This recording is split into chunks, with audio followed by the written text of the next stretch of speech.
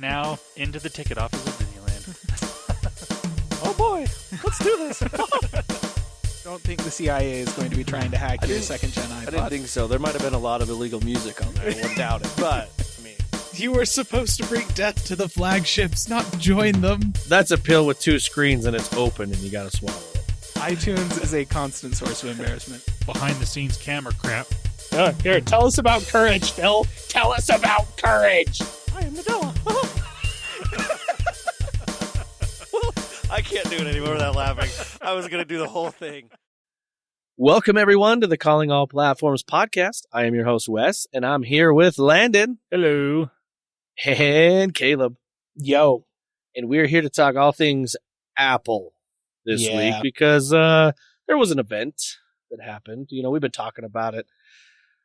Well, I'm going to go ahead out on a limb here, and I'm going to say Caleb absolutely loved it. This is the best event he's ever seen. No, not at all. Nope. Nope. That is not a secure limb. Let me describe what it looks like when you go out on that limb. You make it like, I don't know, a couple of inches away from the start of it, and it just snaps off underneath you. And you do like that Looney Tunes thing where you kind of stand in midair for a second, look down at it, and then shrug, and then there's like a poof of smoke as you fall out of frame. That's you know what? My mind went to Looney Tunes too. As you were describing before you said that, I was like, yes. But mine, I was thinking of it was one of the Bugs Bunny was being chased by one of the bears, and he's over on the other side of the cliff, and the bear's on the other, and he's like, "Hey, don't come any closer! I'll cut the line." And the bear just pulls the whole mountain towards him and pulls Bugs Bunny towards him. And he's like, "Oh boy, sorry." Looney Tunes, man, I could go classic. On with that. But we won't, because this is not a Looney Tunes podcast. No, but listener, if you would like us to start a Looney Tunes podcast, just let us know. Oh, man. Send us an email to podcast@callingallplatforms.com, and we'll start at callingallcartoons.com and a podcast associated. Calling All Tunes. I like Calling All Tunes. I would not hate this. No, that actually sounds pretty great. Because, I mean, we could really go into anything with that. Oh, yeah. Like Looney Tunes, Animaniacs. We could watch a bunch of crappy Disney shorts from like back in the day, and the good ones too. Oh, true. That'd be great. That'd be awesome. Anyways. All right. Well, let's dive in. Let's go ahead and dive into this Apple event. But you know who's going to head off this there? Caleb, of course. So Caleb, why don't you take it away?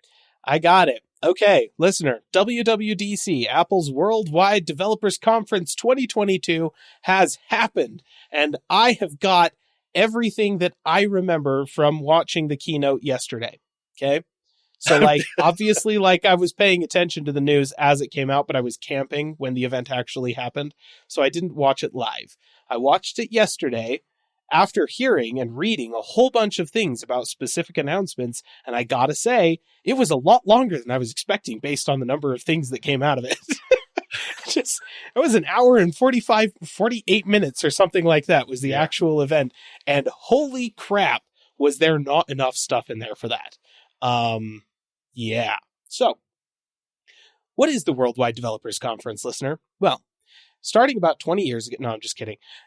It's Apple's event to talk about software, talk about developers, talk about, what the software development experience for Apple and the software user experience for Apple is going to look like over the next year. So at an event designed to celebrate the stuff that they're doing with software, of course, we're going to start off with the best part, the hardware announcement.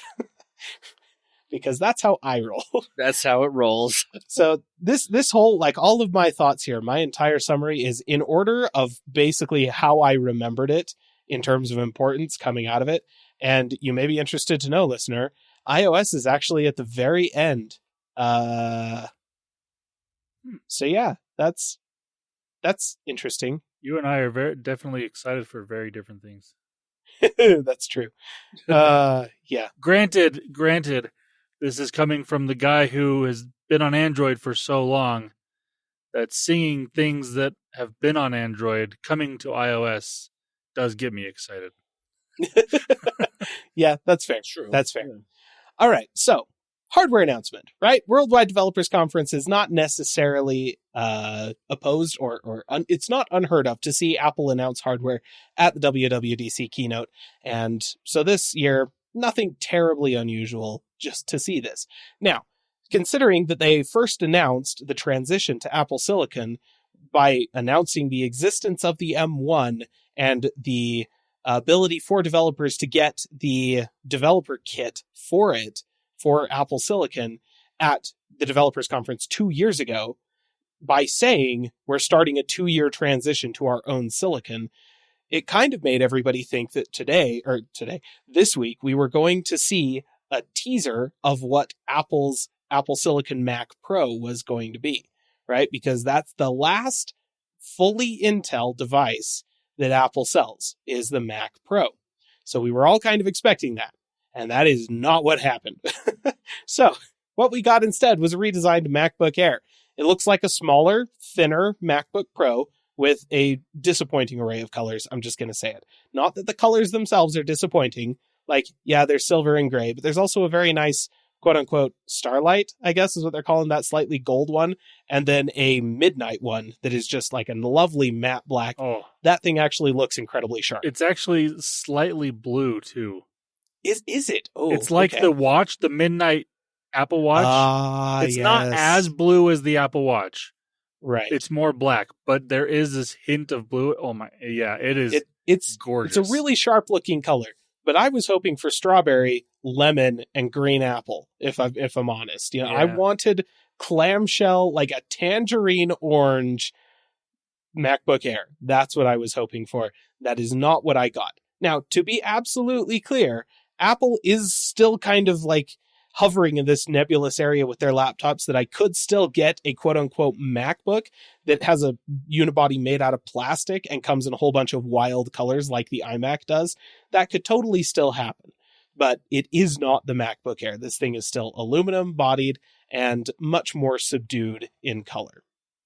Now it's powered by the M2. So that was a big announcement. The Apple Silicon M2 processor, which uses the same basic design as the M1, which means it's an 8-core CPU with 4 power cores and 4 efficiency cores, but it does have a 15% faster core design. So the instructions per clock, has improved slightly. The efficiency of the actual processing cores has improved slightly.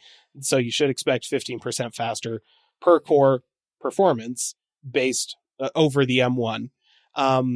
And it comes now with up to 10 GPU cores instead of 8. So for an overall 30% faster graphics experience. It also has a new secure enclave and the media encoder that we first saw introduced with the M1 Pro and the M1 Max, though obviously it's slower than the one that's in those, but it will be significantly better at media encoding and that sort of thing than the M1 was. So it's an iteration over the M1, but it is going to be noticeably better and faster than the M1.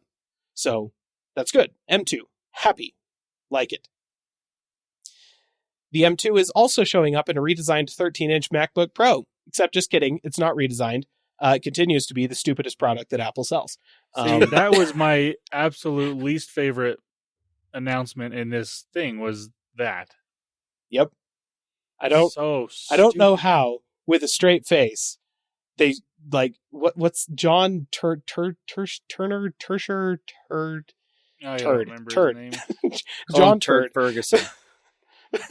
Yep, that's what it is. I can't remember the name of their hardware, their hardware vice president who was talking about this, but with a straight face, he stood up there and is all like, this is the second best selling laptop that Apple sells. And I'm all like, you're right, but only because you've been selling it since 2011. Just like Apple.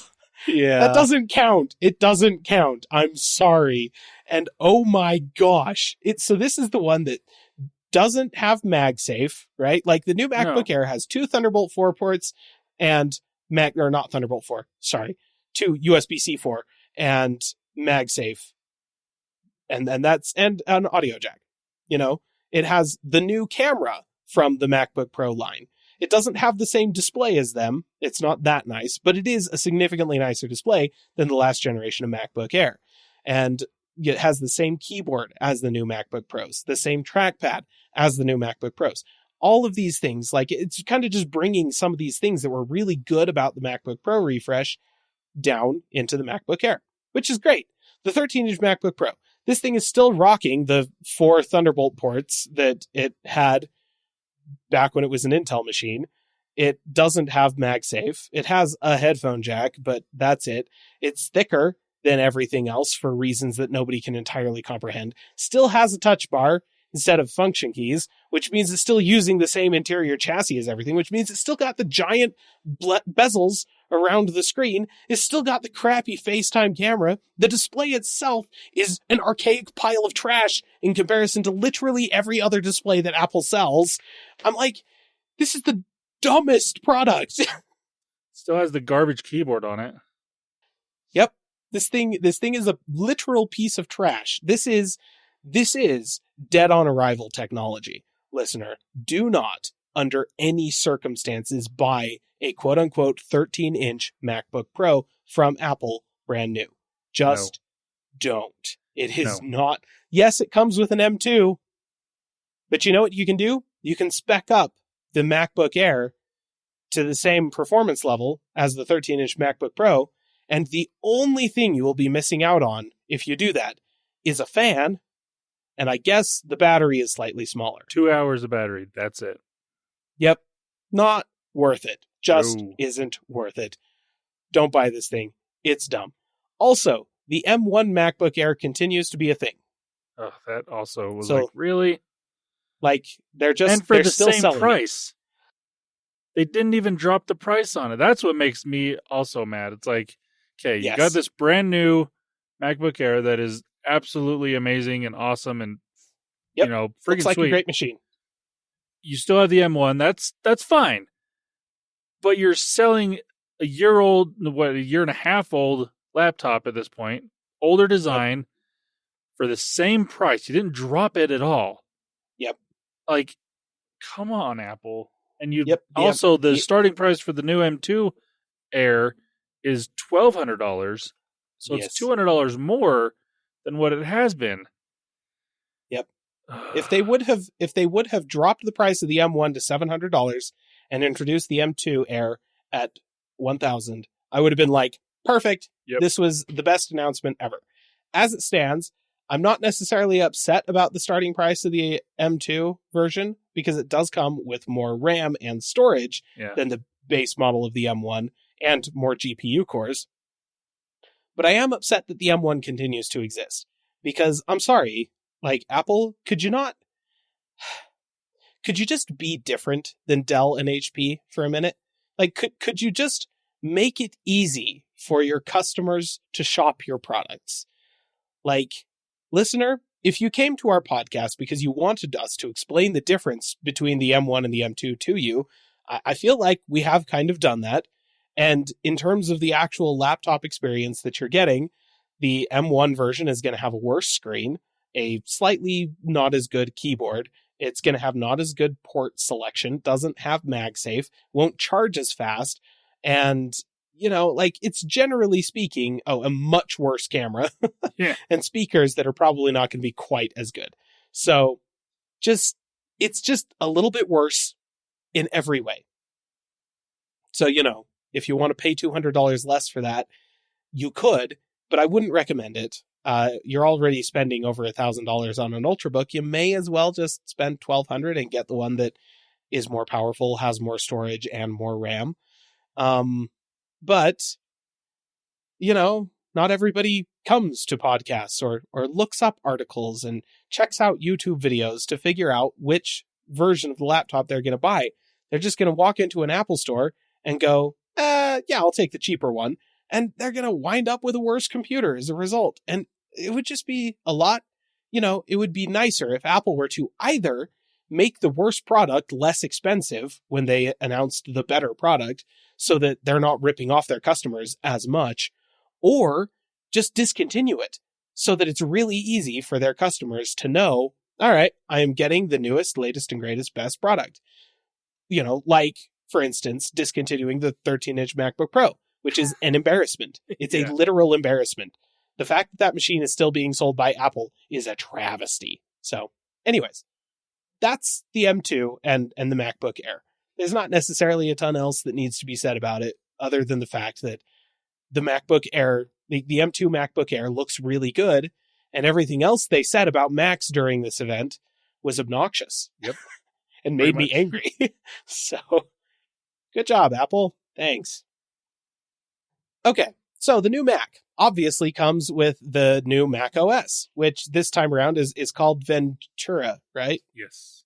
I'm remembering that right. Okay, so the Pet Detective OS brings with it a new window management system that they're calling Stage Manager, or something like that, right? It was Stage Manager. Okay, trying to remember. This basically allows you to take your stack of open windows on your desktop and group them off to the side while you work on the active window at the front. Honestly, doesn't look like it actually will solve any of the problems that weren't already addressed by spaces and hotkeys, but I'm sure that Windows users are going to think it's better for some reason. I do like it. That's kind of my take on it. I do like it because for those people that don't know about hotkey, like all the hotkeys and spaces and all that, stuff, this will be easier, and it's easier. Well, it's quicker. Like you can switch between apps quicker this way because they are right there. You just go over and click on it. Instead, it saves you like 2 or 3 clicks of a mouse or keyboard or something. So in that sense, it's faster, and being able to group things together is really nice. I like the idea, but I think you kind of hit the nail on the head there, though. That the people who are going to find this useful are the people who don't know about spaces, who don't know about Apple's hotkeys for window management and stuff like that, who are Windows users. Basically, it's like anybody who's coming to macOS from somewhere else. They don't use it a lot. They're not super familiar with it, and this will be easier for them. So, okay, fine, whatever. I mean, honestly, even for people that have been on Mac computers for even the past 5 or 6 years, I mean, Apple hasn't advertised their spaces or hotkeys or any of that thing for a decade or so. I mean, that stuff is just there, yes, but it's not like it's super easy to find. And nobody talks about it. It's just there. Power users know about it because we research this stuff if we're new to it, or we just know about it because we've been on the platform for so long. But for even people that have been here for a decent amount of time, they don't know about it because they just don't. Apple doesn't put it in front of them. I can think of quite a few Mac users who do not know about spaces. That is true. All of them never have more than 1 or 2 windows open at a time, and Stage Manager would actually kind of be a waste of screen real estate for them. I wouldn't recommend they use it.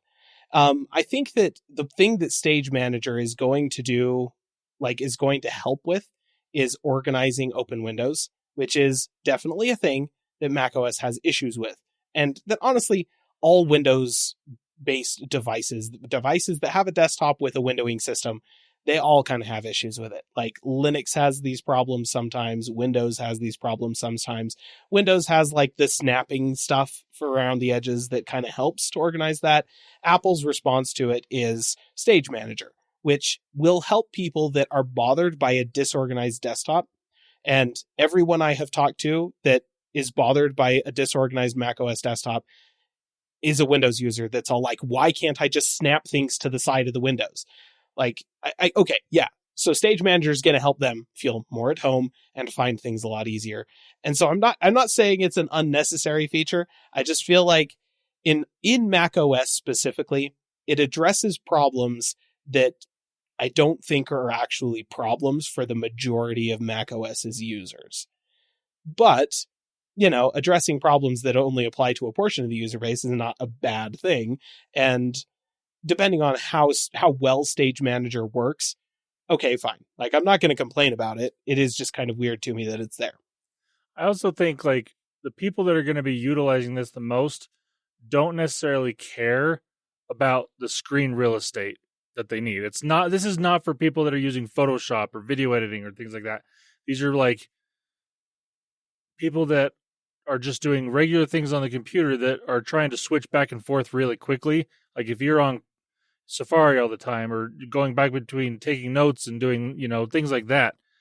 That type of thing. Like, I think, obviously a lot of like blog writers, like tech bloggers and whatnot, they're excited for this because of that feat, like being able to switch back and forth from doing their research on Safari or Chrome or whatever, going to their note-taking app or, things like that.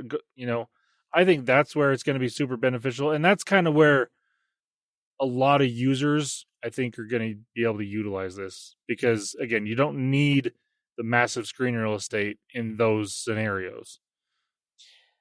I think the real question is going to be how much space does it take up on laptops, because that's where you would want the screen real estate, and that's what Apple sells the most of. Right. So, it remains to be seen exactly what the implementation looks like. The demo that they showed in the video is pretty brief, but I will say that what I have seen from people who have already pulled down the developer previews and have started playing around with it, it looks like, again, like it doesn't actually solve problems that weren't already solved by, spaces. If you just kind of adjust your workflow so that you have different things open on different spaces, like on different desktops, and then you just quickly swipe back and forth between those desktops, that works just as well. So if you're already doing that, Stage Manager does nothing for you, I guess is kind of where I'm landing here. And if you hate that, then okay. But again, that's a personal preference. Apple is addressing your personal preference. You just don't like multiple desktops. All right. I guess then here's Stage Manager for you. Okay. I mean, yeah, I still think it goes back to the whole Apple hasn't advertised the multiple desktop thing in years.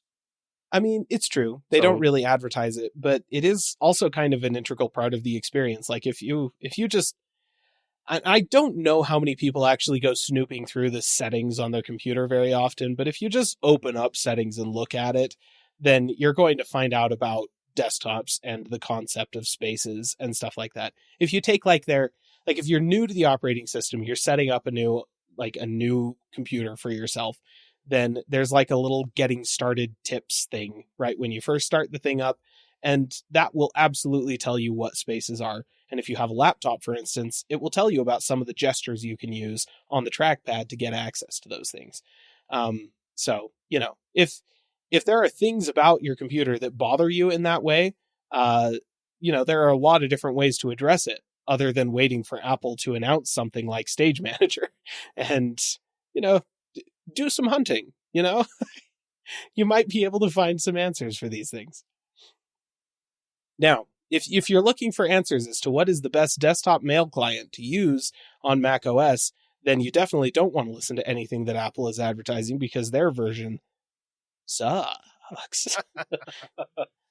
As a longtime user of mail, I tried so hard for so many years to make mail work, and freaking heck, it just doesn't. It's a piece of trash. I went back to checking my email in the browser, including my iCloud.com email address. Apple's own fetching email service does not play well with mail. Now, that being said, Apple also announced at the event that they will be improving mail for the first time in a long time. Kind of ever. I don't know the last time they talked about mail like so bad. Except for maybe when they announced the iPhone and said, "Oh, look, and mail client is on the iPhone." There's a mail client.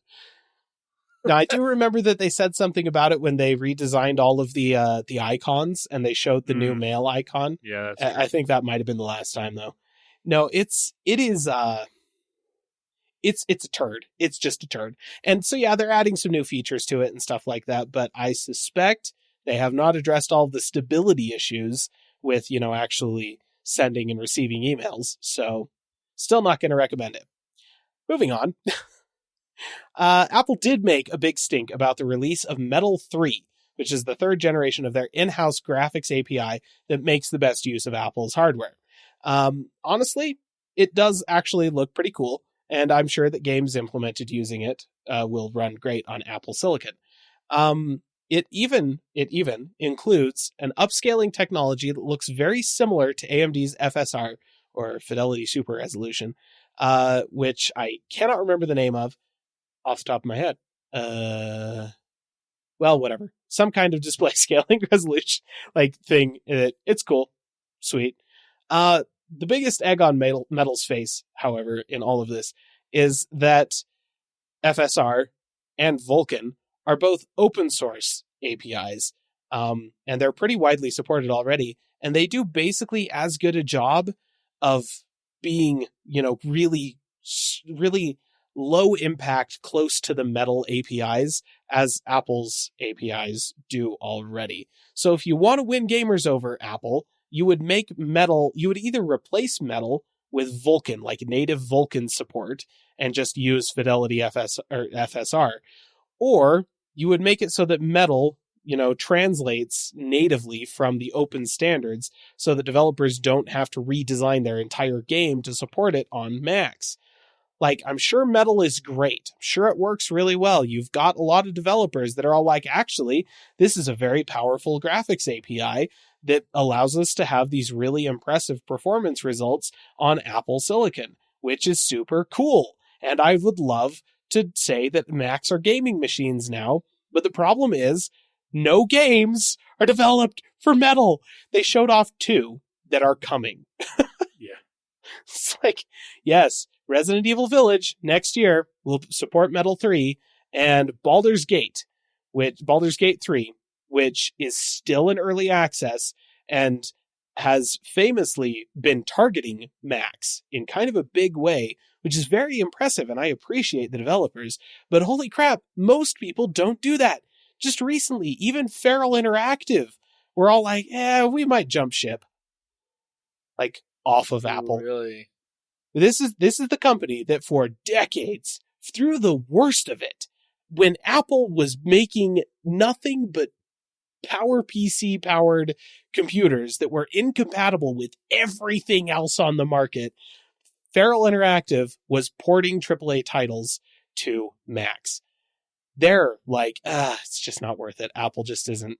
They just won't throw us a bone and support Vulkan, That sucks. So, yeah, Metal 3 does look like a really cool API. They're definitely teasing some pretty cool technologies, and I think that there's a lot of good things that could happen out of it. And anybody developing games for iOS or anything like that, I'm sure they're going to love it because, yeah, it's Metal, but better. Okay, cool. That's what we were using already because we were developing specifically for iOS. But running AAA games on Macs isn't changed by this. This doesn't affect it at all. What would affect it is if you had a native translation layer between existing APIs and Metal. And tell us about that. That would be really cool. But that didn't happen. So, oh well. Okay. The next thing that I actually remembered is you can now use your iPhone as a webcam for your Mac. Which, honestly, I kind of already thought that you could do that. You can with third-party apps, but it wasn't a built-in thing. Right. They said that, and I was all like, wait, what was I thinking of? And I actually, I sat and thought about it for a while and realized that there is this thing you can do where if you're in certain of Apple's apps, you can, go to insert a picture, and one of the options for inserting a picture into, a Pages document or an email or note or whatever is your iPhone's camera. So you can just click that, it automatically opens the camera on your iPhone, you take a picture, and it automatically inserts it, which is cool. That's what I was thinking of. And I was like, oh, why wasn't the ability to use this as a webcam already a thing? Oh, okay. But yeah, so it will be now in Ventura. So that's cool. So if you buy the 13-inch MacBook Pro, you can use your iPhone as your webcam instead of the potato that it has. But once again, do not buy the 13-inch MacBook Pro. Yeah, don't buy this and encourage Apple to keep doing this type of things. Seriously, that laptop needs to die. That thing needs to die as badly as the MacBook needed to die. These are products that were they were dead. They have been dead. It needs to just be turned into the MacBook. Seriously. Just take off the Pro name, call it a MacBook, and then it's a perfectly fine device. Yeah. Honestly, take off the Pro name, take off the touch bar, take off the aluminum shell, give it a plastic polycarbonate shell with a whole bunch of zany colors, sell it for $700, call it a MacBook. It's a great device. It's the MacBook C, like the iPhone 5C, but it's the MacBook C. We can just call it the MacBook. Like, no, we have a MacBook C line with no MacBooks in it. Yeah. We have MacBook Pros, we have MacBook Airs, we have no MacBooks. It would be really nice to have some MacBooks back, you know? Well, anyways, there was also some like collaboration improvements to iWorks, a couple of various changes to Safari, a few other odds and ends that they introduced throughout the thing. But as far as macOS goes, that's what I remember. Nothing else really stuck out to me as being incredible, despite the fact that they spent 30 minutes talking about it. You're forgetting the best part about the using your phone as a camera. I am. Yeah. They made it so you can use the wide angle camera. Oh, right. Yeah. It'll show you on the video, but then have a separate video feed of, like, they're calling it, what was it, desktop mode or something like that, where it shows something. It looks down at your desk, so you can like do stuff with your hands, but also be looking like it'll show your face at the same time. So instead of having a separate overtop camera, it'll just use your wide angle phone or camera on your phone to be able to do that. Now, I don't think it's going to look nearly as good as the video that they showed it doing. Probably not. But I still really like this idea. It's a super cool idea. And what makes me angry is, why can't I just do that with my phone in the camera app? Like, is that processing that has to happen on the Mac or something like that? I don't know. I wouldn't think so, because I mean, it's not doing any of that technology from the Mac. I mean, right? Like, I mean, I guess, is the video stream going to the Mac, and then the Mac is the one that's doing the fusion and the rescaling and stuff like that in order to get the wide angle to show you that overhead view? Because, like, right now, listener, it's only supported in FaceTime so far as we're aware. But again, there's an API for it that's going to allow other providers to do this. And I would love for instance, in OBS, if I could have like my main shooter available as an input and then my ultra wide available as an input, except like it's this weird overhead desktop thing, because that would be super useful for stuff like streaming, like repair guides and that kind of thing. Like, there's a lot of stuff you could do with that. But again, I'm just a little confused why I can't just do this on my phone. I would say give us some time, and the company, I can't remember what the company name is, but the app Double Take, I don't know if you've heard of that. Oh, yeah. They allow you to record with all three or both cameras, depending on which phone you have, at the same time. Yep. Actually, all four if you want to use your front-facing camera as well. Yes, if you want the selfie camera too. At the same time. So I would assume they could probably make some sort of app that will work this way. It probably won't be like what they already have. They'll probably make a new app for macOS to be able to utilize all the cameras at the same time. And that would actually be freaking awesome. That would be really cool. And yes, since there is an API, I don't see any reason why they wouldn't be able to do that. That was one of my favorite parts of this keynote. Speaking of API, is like how more inclusive they are being about APIs.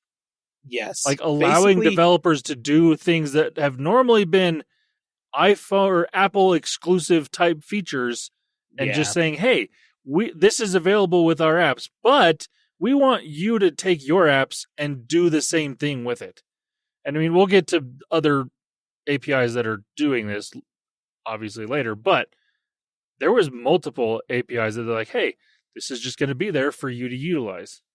Yes. I honestly think that is probably the most important part of the event overall, is just the sheer number of new APIs that Apple introduced that will allow developers to tie into the capabilities of the OSs that are used by Apple's own apps to make everything integrate smoothly.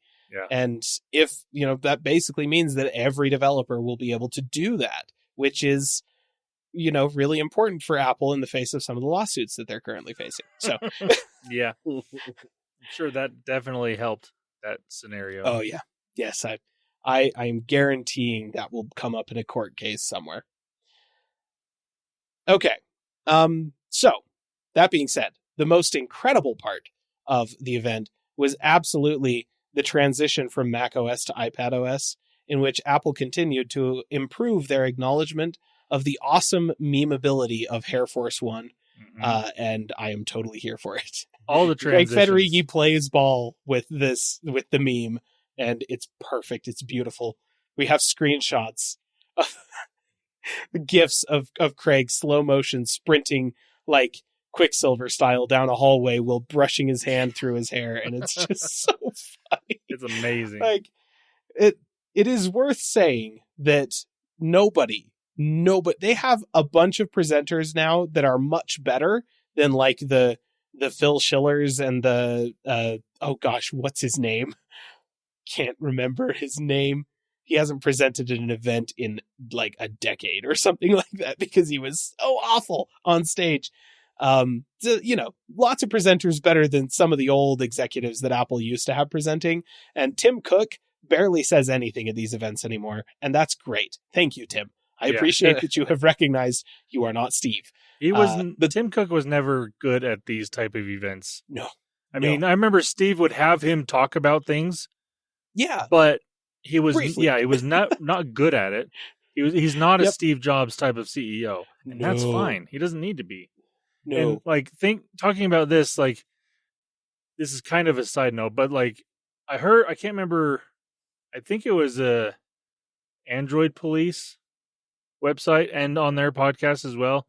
They mentioned this and I 100% agree with them. Apple is, because of like things like this and just what they're doing in general with their OS and whatnot, Apple is now the fun tech company. Like it was Google for a long time. Google was doing all the fun, quirky things. Apple was not necessarily as serious as like Microsoft, because Microsoft's always been about the enterprise and the business side of things. Yeah. But Apple was always still very, for the most part, more serious than Google especially was. With a lot of things. But now, like, and I started thinking about this after I heard this. I'm like, I mean, it makes sense. But I started thinking, hey, when did this transition really start? And it really happened when CEOs changed on both sides. When Tim Cook started taking over, it was a little slower at first, but the past 3 or 4 years is when it's really taken off. And then when you look at Google, when Sundar Pichai took over as CEO, it has kind of slowed down on Android side of things. Like they're becoming a lot more serious about certain things, like Android 13. It doesn't, I mean, there is an inside name, but we don't have all these dessert names anymore. There's not hidden Easter eggs that are like Flappy Bird clones like there used to be. Whereas at every WWDC, Craig Federighi continues the ongoing epic of Apple's crack marketing team that is going out into California trying to find new names for their operating system. Exactly. And then, we have these shots of him doing a Quicksilver sprint across the Apple campus. I mean, we have Craig Federighi in a tracksuit. Yeah.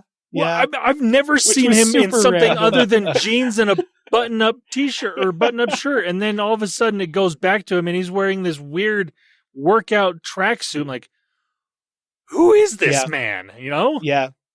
But the thing is, you can tell Craig loves it. Oh, he absolutely loves it. I think it's fair to say that there are no presenters anywhere at Apple that are as good as at capturing an audience and holding their attention as Steve Jobs was. But Craig is close. Oh, yeah. He's close. And he's by far the best presenter.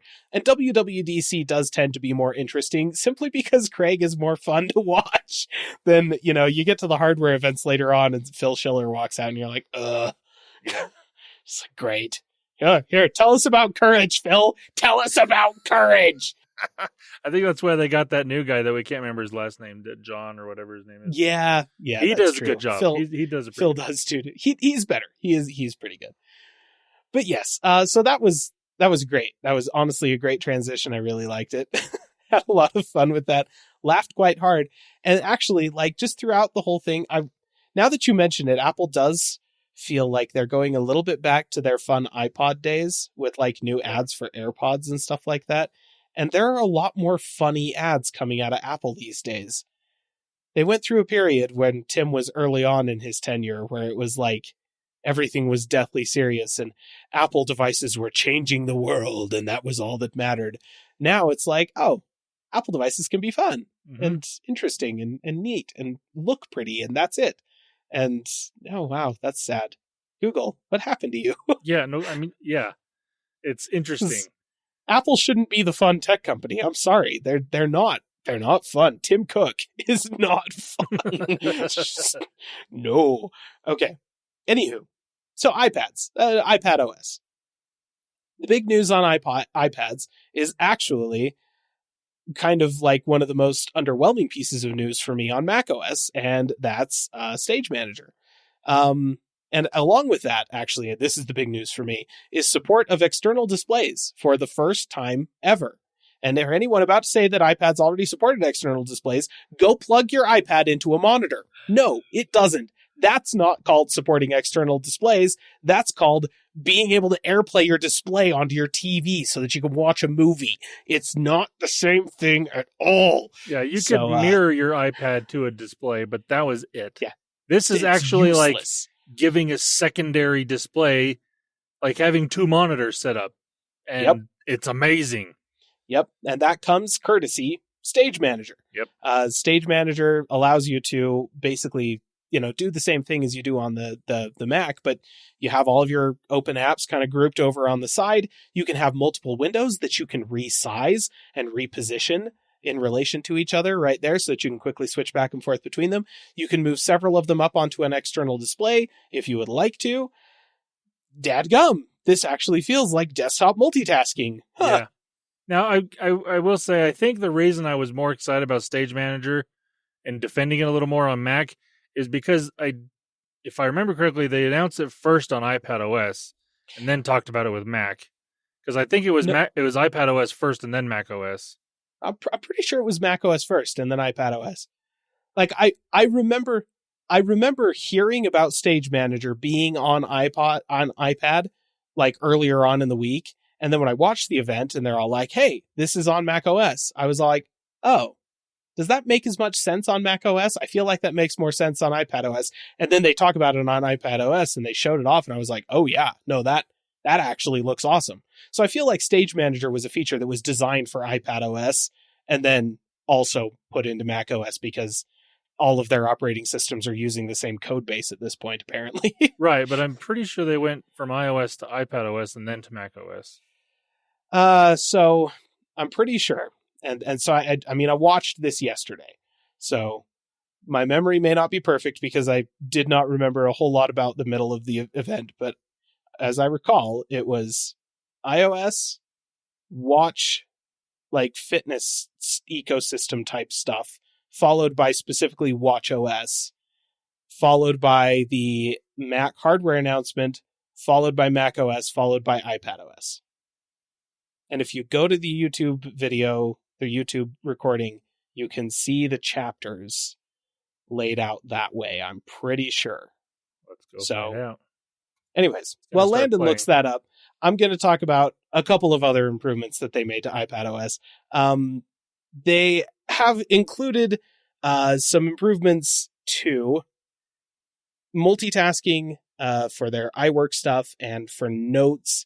And they've also, along with that, added a new feature that I cannot for the life of me recall what it is, that is going to basically allow you to take quick notes with a group of people from an iMessage group or a FaceTime call.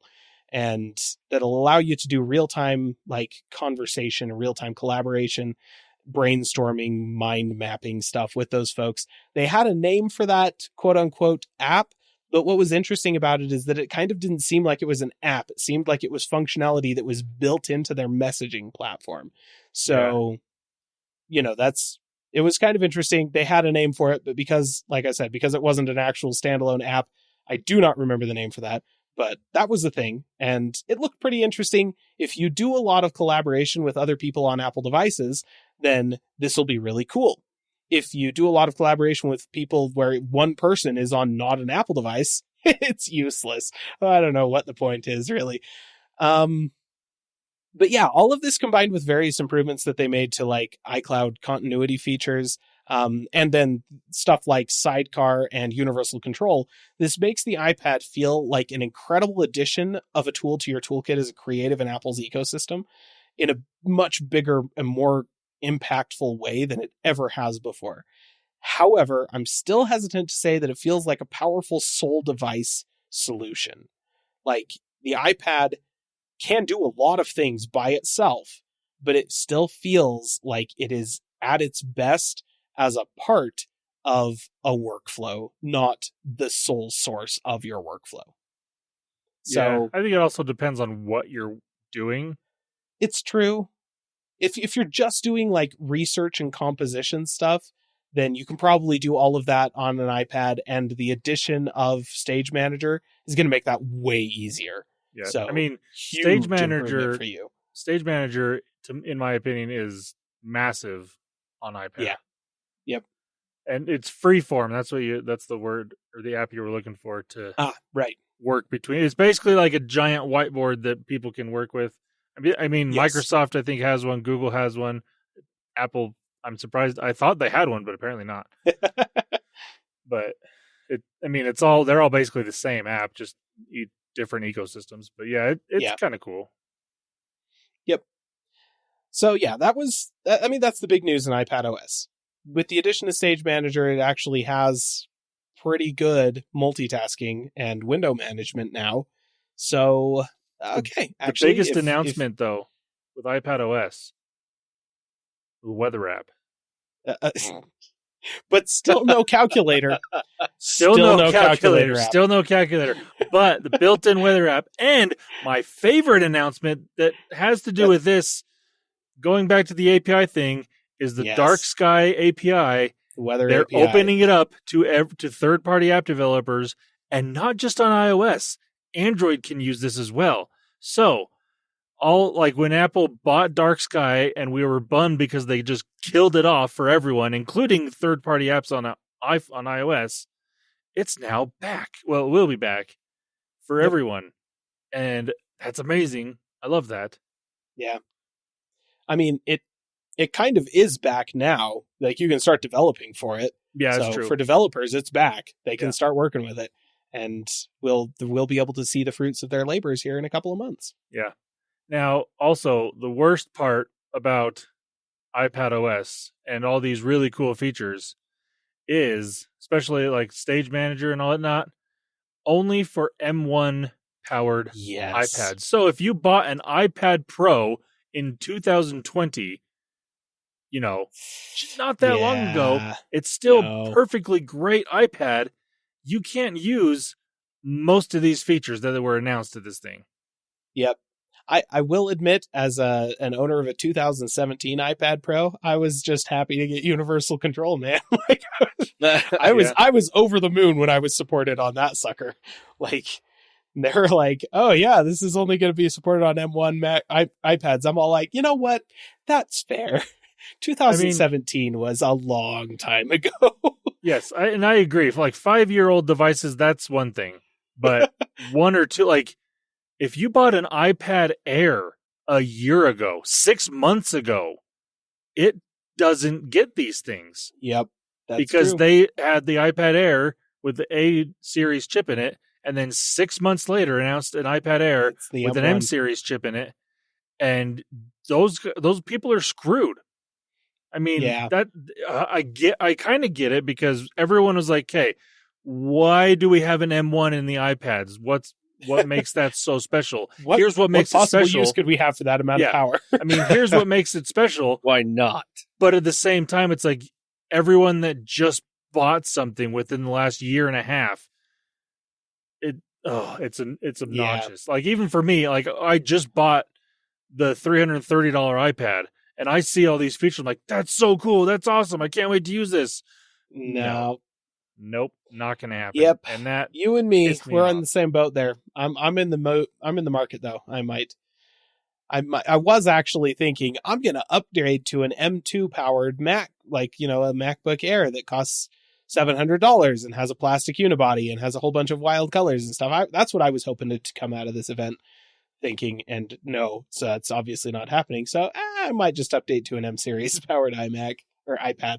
And, I mean, I think for your use case, an M1 iPad is going to be just as good for what you're going to use it for as an M2 app or MacBook. Yeah, I mean, the one thing that I would do on the MacBook that I wouldn't do on an iPad probably would be video editing. Yeah. Because the iPad version of iMovie is not great. And the It's M2 missing now some does features. ProRes editing.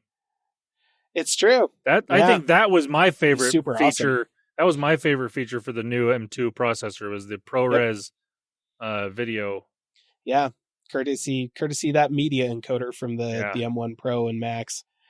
So yeah, I mean, but yeah, that would be a nice thing to have. But I think for most people, the iPad Pro with the M1 is the way to go if you're looking at. I mean, same price point too. So it's true. Especially if you get a keyboard case with it, which don't buy the. I mean, the Apple keyboard case is fantastic, but buy the Logitech one. It's like $100 cheaper. Yeah, it's cool, but really expensive. Holy crap! Yeah. Kind of goes back to our first party case talk we had a couple weeks ago. Yes, as the owner of a 2017 iPad case from Apple that just crapped out one day. Good times. Okay, so besides the iPad, you know what else isn't a great, powerful sole device solution? The Apple Watch. It's not a sole device solution for anybody for any reason. They added some stuff to the Apple Watch experience. It was pretty much all fitness stuff. It's better at tracking workouts, provides powerful tools for monitoring your health, which are very useful for a lot of people. You can also participate in useful health studies. It's a good device with a good operating system, and they announced some stuff for it, but I didn't pay attention to that part because I fell asleep. My two favorite things that they talked about with the Apple Watch. Well, I'll say three. One that I can't utilize because I'm not that person, but they made it so like if you're doing a triathlon, your watch will automatically detect when you switch from swimming to biking to cycling, and you don't have to go in and switch workouts when you're doing that type of stuff. Swimming to biking to running, whatever, it doesn't matter. Again, I'm not that person. I don't do those things, especially not in any order, right? Yep. Sequentially. Yep. That's just that's fair. I would die.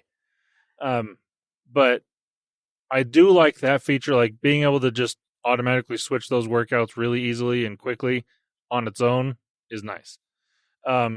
Two features that I do like, and I mean, I'm already using one as it is. I mean, the Apple Fitness app is now going to be available on iOS without having to have a watch. Yes. There was just previously the Apple Health app that you could use, but you couldn't use the fitness thing because that, for some reason, required a watch, which I kind of get, but at the same time, it's like, just why could we not use that? Come on. So that's going to be a standalone app you can now download if you want, which is cool. The other one was medicine tracking. So prescription, whatnot, you can add prescriptions into the health app and it'll on your watch or on your phone, and it will give you reminders and you can track all these different things. It'll also tell you what medications go well together or which ones will not go well together. So if like you are looking into these type of things, you can look it up inside the app. It'll tell you, it's like, okay, you're already taking this.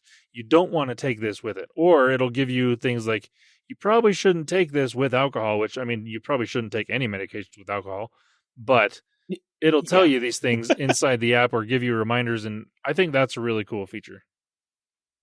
Well, there you go, listener. Apple Watch. Yeah. I mean, there was definitely more things that they talked about with Apple Watch. It's now going to be able to, I can't remember all that. It was like your running stride length. It will be able to do that. I don't know exactly how they're doing it. It's they had crazy a pretty technology graphic about, a watch, like how it moves when it's on your wrist and you're running. Like, I remember the graphic. I don't remember what they were talking about. If you're a runner and you use your Apple Watch to track your runs, it's going to get better. Yep. It's more accurate and more information. Yeah, I also don't do that. So yeah. So, yep. Apple Watch fitness, it happened. We're not surprised, but we also don't know what else to tell you.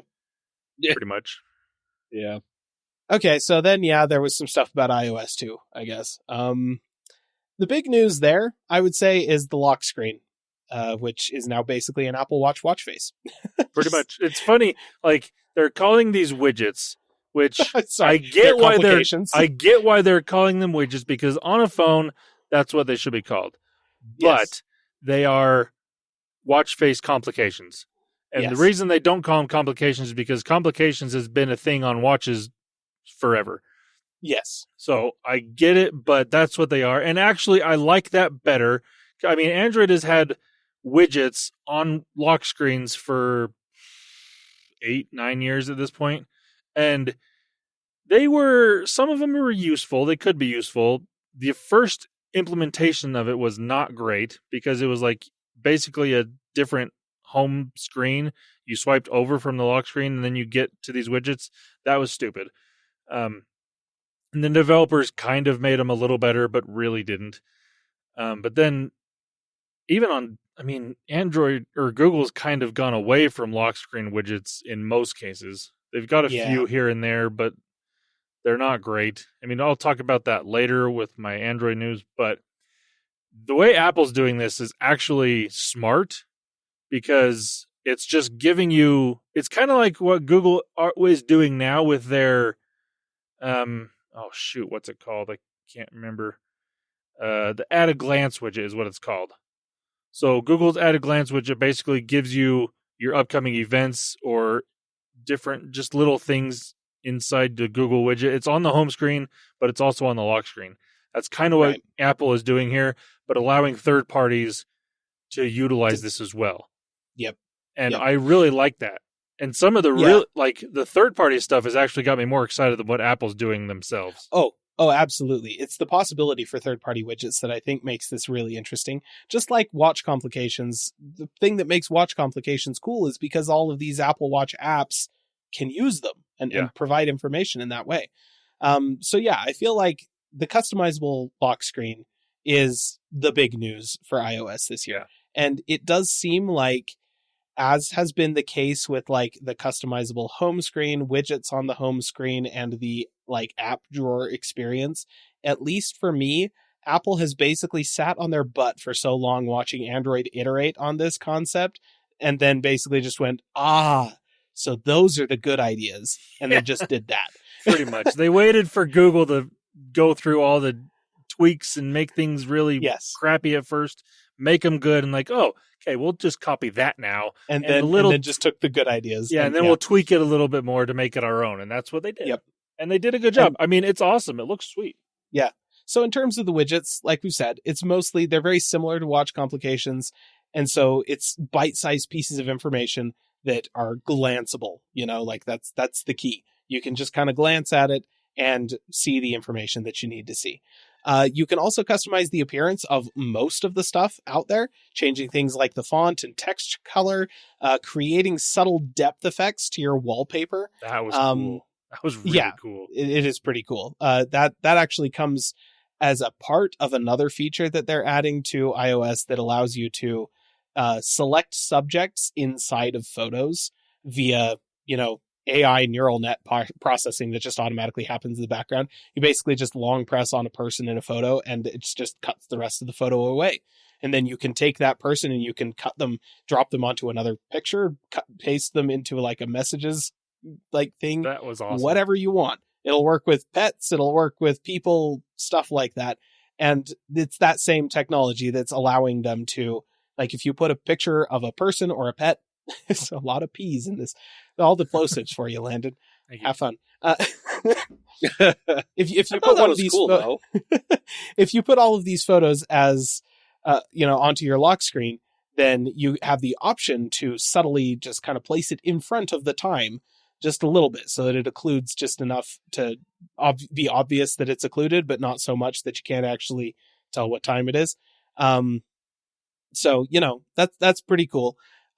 Generally speaking, it looks like there are a lot of different combinations of font and color and like filters and stuff you can put over your wallpapers. such that you should be able to customize it to something that is truly unique and doesn't look like anything else that anybody else has got on their wallpaper or on their lock screen. But in Apple's typical style, there are not so many combinations that you actually can go and create a lock screen that's absolutely vomit-inducing the way that you can in other situations. How you used to be able to on Android. It's gotten better, but yeah. Oof. They have kind of locked that down quite a bit. That's kind of the thing. It's like Android started on the side of, we'll let you change everything, and that was terrible. Mm-hmm. Apple started on the side of, we'll let you change nothing, and that was terrible. Yeah. And over time, they have moved to meet in the middle, where it's all like, we'll let you change a lot of things, but only in ways that are not going to break your experience. Yeah. And they've kind of both landed in the same place at this point, and that's kind of cool. It's nice. I like it. One of my other favorite features on the lock screen thing is the ability to have multiple lock screens. And so you can kind of just swipe between them. So like they showed like 5 different lock screens. And so far from what I've heard, I don't think I've seen a limit. I'm sure there is, but I haven't heard anyone say what it is of how many lock screens you can have.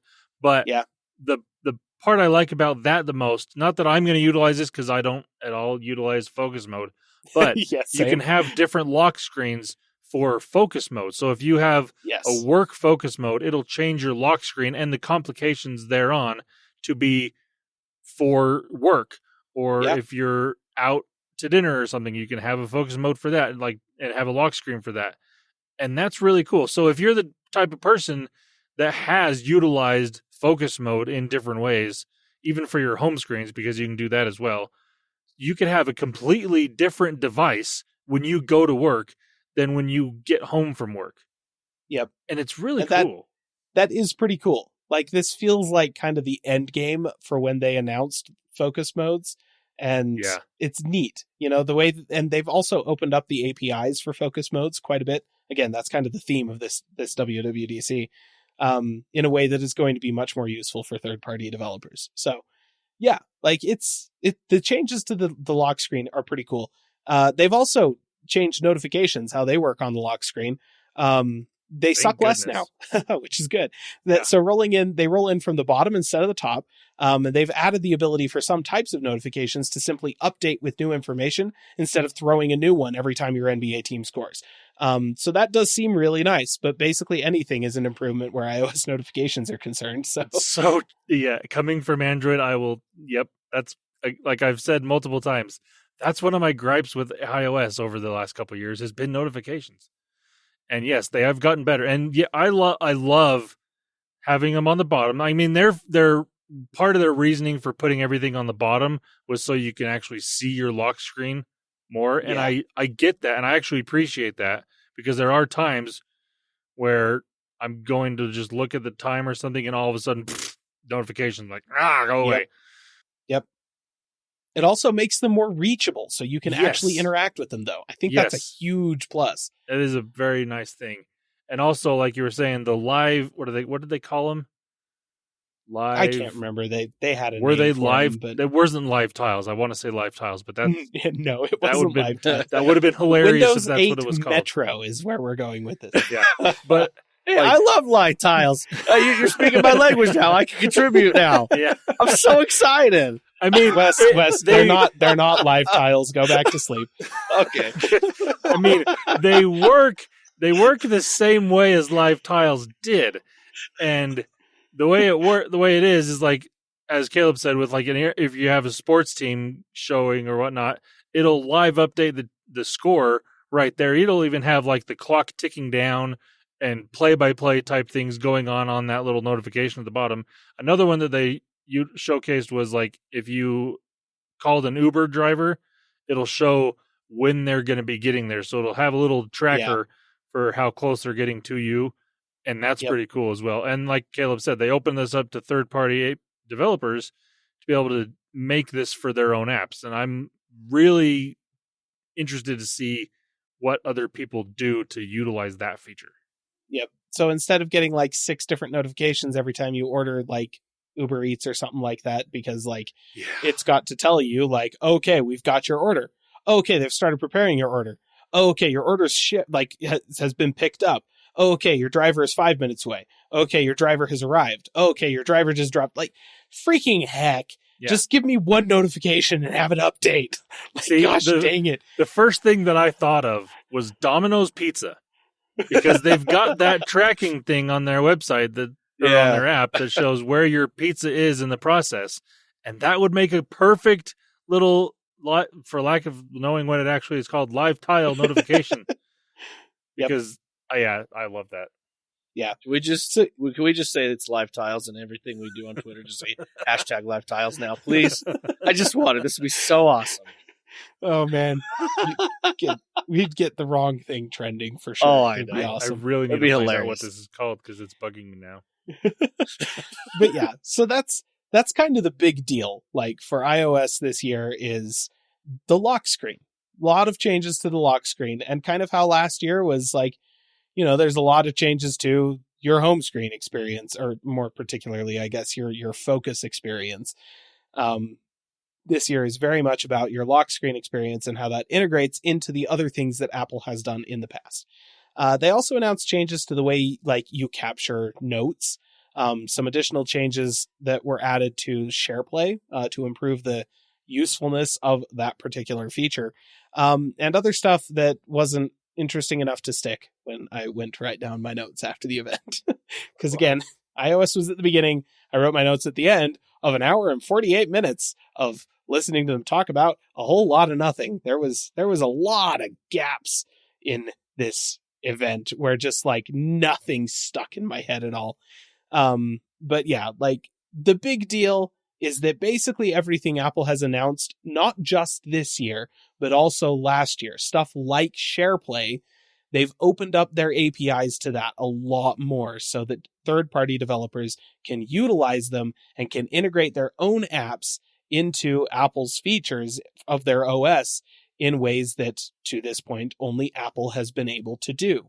So that's the big deal. That's kind of the big takeaway, especially from iOS, because there was genuinely a part there where they were announcing, they announced a feature in one sentence, and the next announcement was literally, and we're creating an API for that allows everybody else to do this as well. And we're doing this in FaceTime, and we're creating an API for that allows everyone else to do it as well. It's like, okay, all right, that's a good trend. It's a good theme. Yeah, I want to go through, so I'm going through a list of different things that were announced with iOS 16, and I'm remembering things that I really liked. So yes, the lock screen I think was the biggest thing with iOS 16, but there was features in iMessage that I am very much looking forward to. One of which is the ability to mark something as unread.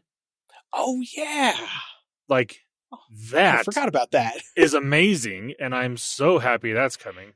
Also, they added the ability. This is obviously something that is only available in iMessage. So if you're messaging someone else with iMessage, you can unsend a text message.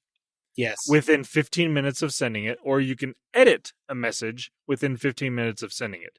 So if you have something that a typo or something that you sent and you're like, oh crap, I shouldn't have said that or whatever, you can either edit it and it will pop up on the bottom to the person that gets it saying this was edited, or if you unsent it, it will say that you sent them something but then unsent it. So they will still know that something was done, but they may not.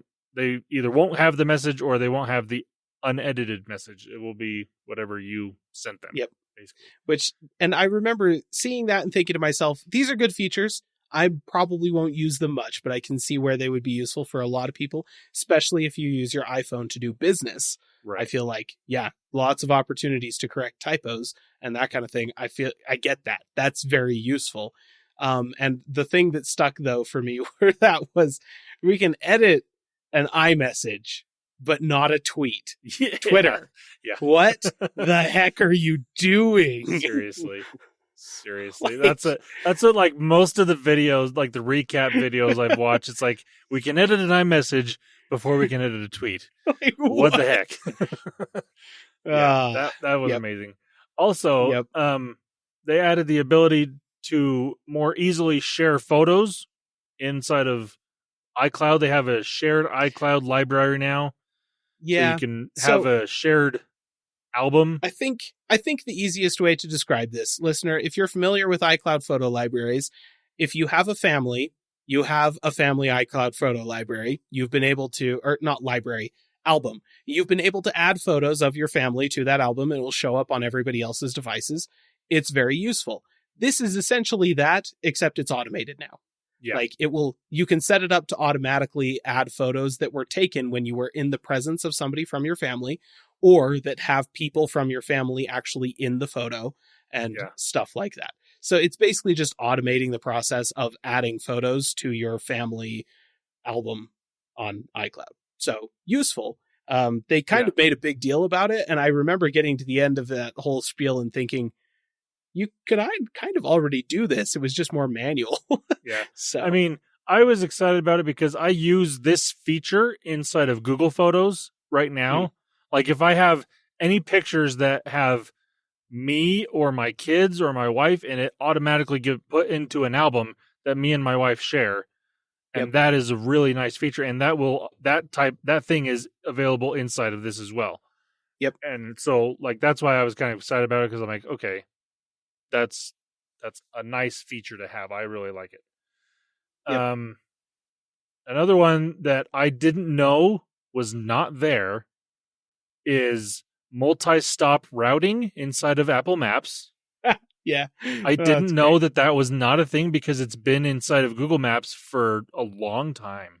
Okay, look, they're still trying to recover. Now, it's been a long time coming, and Apple Maps is not nearly as bad as it used to be. Yeah, it's actually pretty good now. That's what I was going to say. Apple Maps, like, it's unfortunate that I think they announced it about 2 years earlier than they should have. And I mean, the reason they did it because their contract was ending with Google. They wanted to get Google Maps off of their platform because they had their own thing.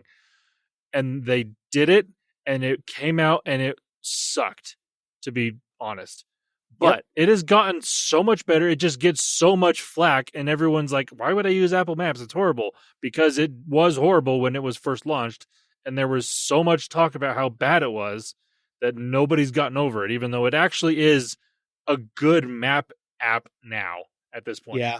Well, I think that everybody owes their thanks to Apple Maps, even though it did suck, because the fact that there was suddenly competition for Google on iOS meant that all of the features Google had been developing exclusively for Android suddenly showed up in the iOS version of Google Maps.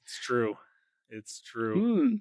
Because then it was obviously better than Apple Maps. And it was like, oh, well, I'll just use Google instead. But without Apple Maps, you would never have gotten those features. So there you go. Yeah. Another small, but I think really cool feature that's coming to iOS 16 is built-in order and parcel tracking. Yeah. Which is kind of neat. So if you order something, Spotlight. Yeah. If you order something online, you can have tracking just pop up for you if you want. Kind of cool. My favorite thing in the entire keynote is passkeys.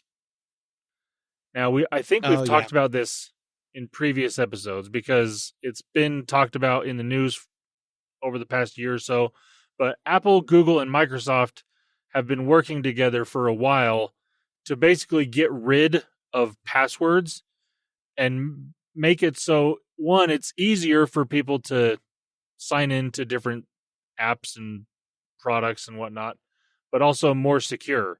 And what Apple is doing inside of iOS 16 is they're making this be a thing now, where all you have to do is use biometric sign-in, so either Face ID or Touch ID, or if you're on a different device, they even, like, because they're working with Google and Microsoft, if you're on a Windows PC and you want to sign into something and you don't have your password, or you're not using a password manager, you're using passkeys, that just pops up with a QR code. If you have your phone on you, you scan that QR code, it'll sign you in. So, like, you actually have to have physical devices on you to do these things. And I mean, we've had this technology for a long time. It's just usually a two-factor authentication type of deal where you have a USB key or something like that. Well, like, Wes, you use a USB key, don't you, with LastPass? The Yeah. YubiKey. Yep. So it's that type of thing, but instead of having a separate device, like a USB key of some sort, it's your phone or your watch or your face, literally your face, to sign into these type of things. And I love this. It's one of those things that I'm so excited for because I see so many people use either the same password for everything or they try to use different passwords and then they forget all their passwords and they just get frustrated and yell at people that don't need to be yelled at because of this. But at the same time, these are also the people that are going to see this and be like, oh, I don't want to change all that stuff. I'm like, no. Well, it's also the kind of thing that does require changes on both sides of the, like, you have to have the device makers like Google, Apple, Microsoft, the people making the OSs and stuff like that. They need to support it. They need to be able to use the authentication, but you also need everybody making the service that requires the password. They also need to support it. So it is going to take a long time for these to roll out en masse. And Apple did acknowledge that when they talked about it in the event. They're like, this is a journey, but we're starting. And it's like, good. Yeah. I also think that it's one of those that I don't know if they mentioned this. I can't remember, but anything that has a sign in with Apple or a sign in with Google could automatically just switch. Yes. All that has to happen is Google and Apple make that switch on their end and it's good to go. And so if people, and I mean, lots and lots of places have both of those options. That's true. And always use one of those options and not sign in with Facebook, please. Oh, seriously. Do not give Facebook any more control over your life. Holy crap. Yeah, because Facebook is probably never going to go to this type of system because it's more secure. No. Yeah. They want the information. They want to be able to sell you. Yeah. Like, you can't have security. They have to be able to spy on you. Like, yeah. So, like, that's what makes me think this actually could go by relatively quickly. Because any website or app that already has that sign in with Apple or sign in with Google could, in theory, be ready to go as soon as Apple and Google are ready to go. Yes, that's true.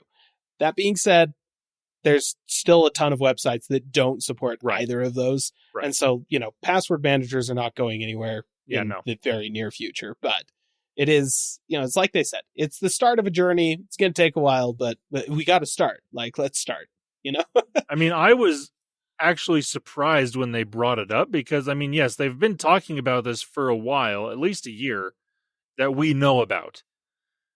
And I mean, I don't know how long Apple and Google and Microsoft have actually been talking about this, probably for even longer than that. But the fact that they announced this in a keynote made, I mean, yes, it's a developer keynote, but these keynotes are made more and more for the consumer, not the developer, as time has gone on. But this type of event, and they talked about it quite, at least for about 5 minutes or so. Yeah, I will say though, this year actually feels like a step back toward the early days of WWDC. This event felt more like it was for developers than consumers. Like, just the amount of emphasis that they put on APIs in particular, and then talking about features like this that are going to affect developers much sooner than they will affect consumers. Right. So. But I still also think the fact that they have a separate developer keynote after this keynote. I mean, obviously this is much more general in terms of talking about APIs, for instance, than the developer keynote. But this one felt more developer focused than last year and the year before. I'll just put it that way. That is true. That is true.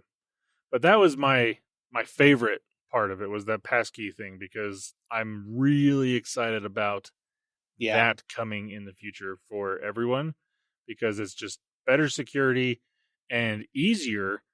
Like, I mean, it's not hard, in my opinion, to use a password manager like OnePass or LastPass, those type of things. It's hard to convince people to use them. Yeah. Especially older people that don't want to do even two-factor authentication because it's one more step. But this makes it so it's more secure than even LastPass or those type of things, and easier to use because it's just built into the system that you're using. I just keep telling people, it's all like, look, if you're going to use crappy passwords, at least use 2-factor authentication. Yeah. Yep. Good times. There was one more thing I wanted to talk about. I'm sorry, I've kind of taken over. I don't know how much more you want to talk about. No, it's fine. I literally couldn't remember anything else about the rest of the event. Like, I was done. I talked about all the stuff that was interesting to me. We covered it. Yeah.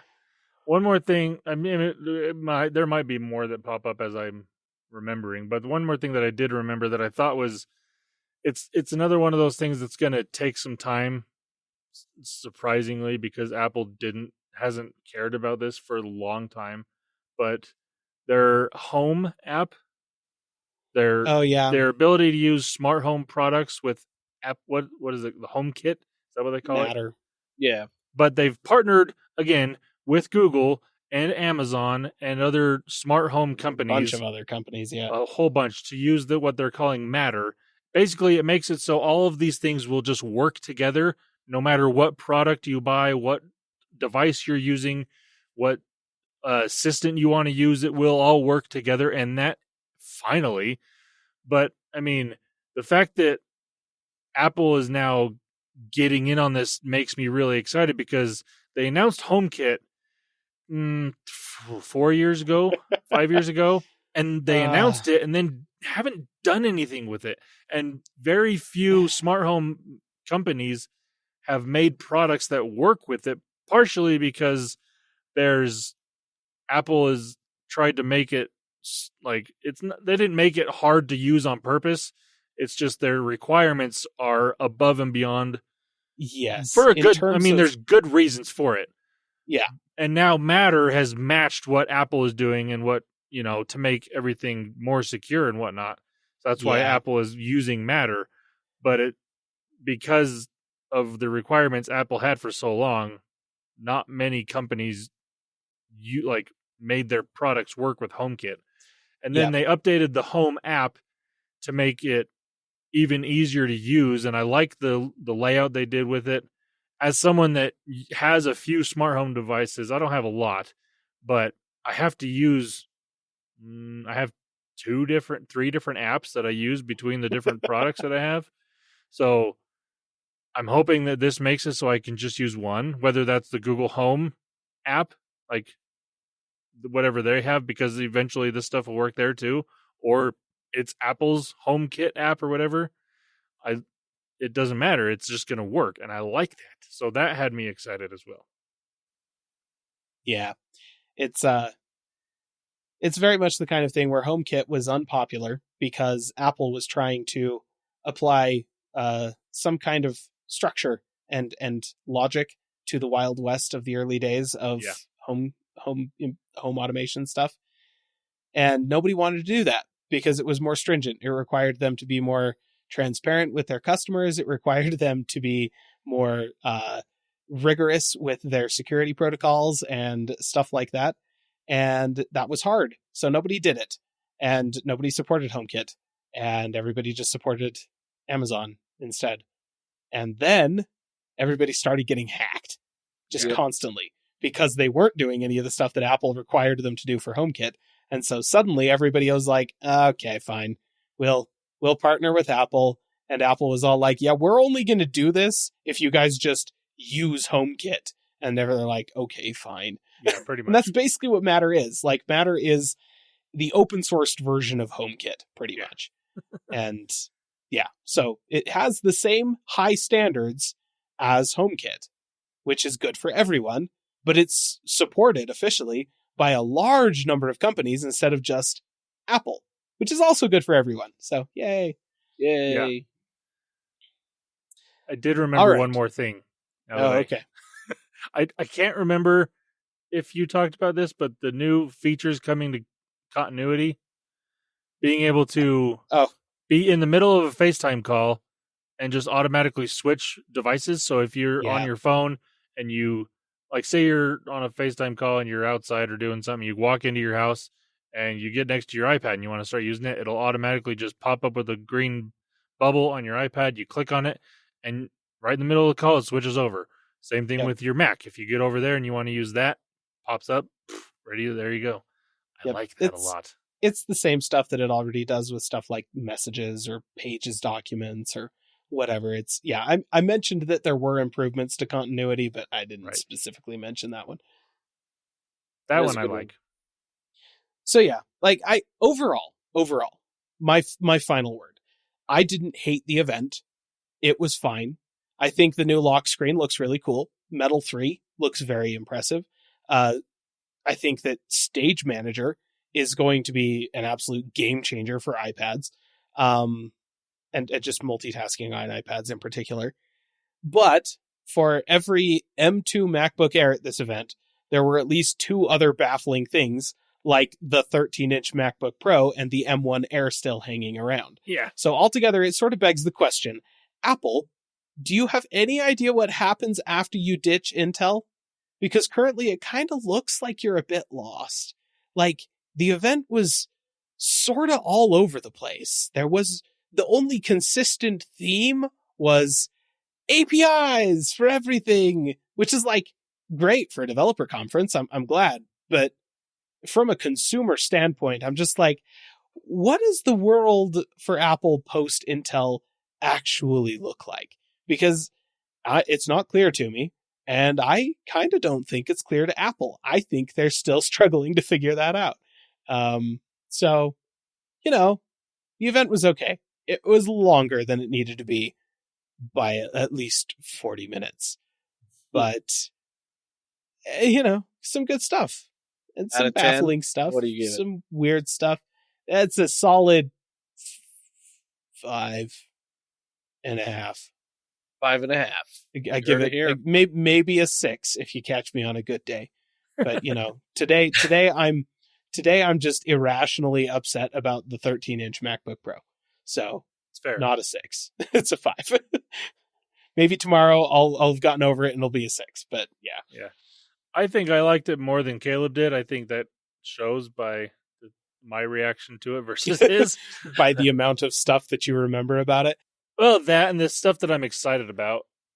But the biggest thing about events like this is that I have been using Apple devices in a specific way for a specific workflow for such a long time that I have found ways to do everything that I want to do efficiently and cleanly inside of their work or their system already. Like universal control last year. That was the feature that I was absolutely over the moon about. I have support for universal control on both my Mac and my iPad. Have not even tried it. And if you ask me why, the reason is seriously just, I don't need it.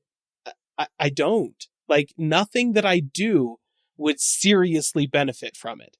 The one thing that might be a little bit easier is grabbing pictures out of Procreate and dropping them onto my desktop. Would that be a tiny bit faster using universal control versus AirDrop? Yes. But AirDrop has allowed me to do that seamlessly for years. So I don't know. And so that's kind of the thing. Like, Apple's adding all of these little minor improvements and tweaks to stuff, and I'm kind of just like, get off my lawn. None of this is going to change anything that I do. Yeah, seriously, get off my lawn, you kids. It's just, I feel like I'm the crotchety old Mac user at this point where I've been doing things this way for so long that Stage Manager on the Mac is a perfect example of that. I see Stage Manager as being a game changer on iPads, but as far as I can tell, functionally useless on Macs because for me, every problem they're describing, I'm all like, Apple, you solved this years ago. At least for me, because I haven't, I remember my early days of using a Mac with macOS 10.4 Tiger. Gosh darn it, back when it was named after cats. Loved that operating system. But window management on that operating system was a turd. It was awful. It was just before they introduced multiple desktops, and it was awful. It was so bad. It was just so bad. And I remember the first time I got a Mac that would run a newer operating system than 10.4, and it was Lion, I'm pretty sure. I got a MacBook Pro, installed, had Lion on it, And the first thing I did was all like, open it up, and I'm all like, okay, I've heard about this Spaces thing. What is it?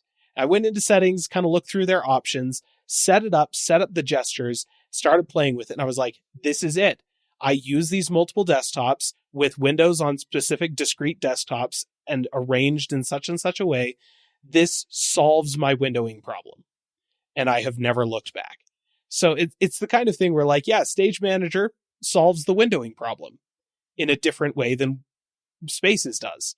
And so for some people, I guess maybe that is going to feel more natural. It's going to be, it's going to fit their workflow a little bit better. It's going to do this. It's going to, but I don't know. I'm the crotchety old Mac user at this point who like the stuff that they're talking about in this particular event, especially, none of it felt like it was going to be super big or impactful, or at least a lot of it didn't feel like it was going to be super impactful because it was addressing problems that, at least for me, Apple solved literally years ago. In some cases, more than a decade ago.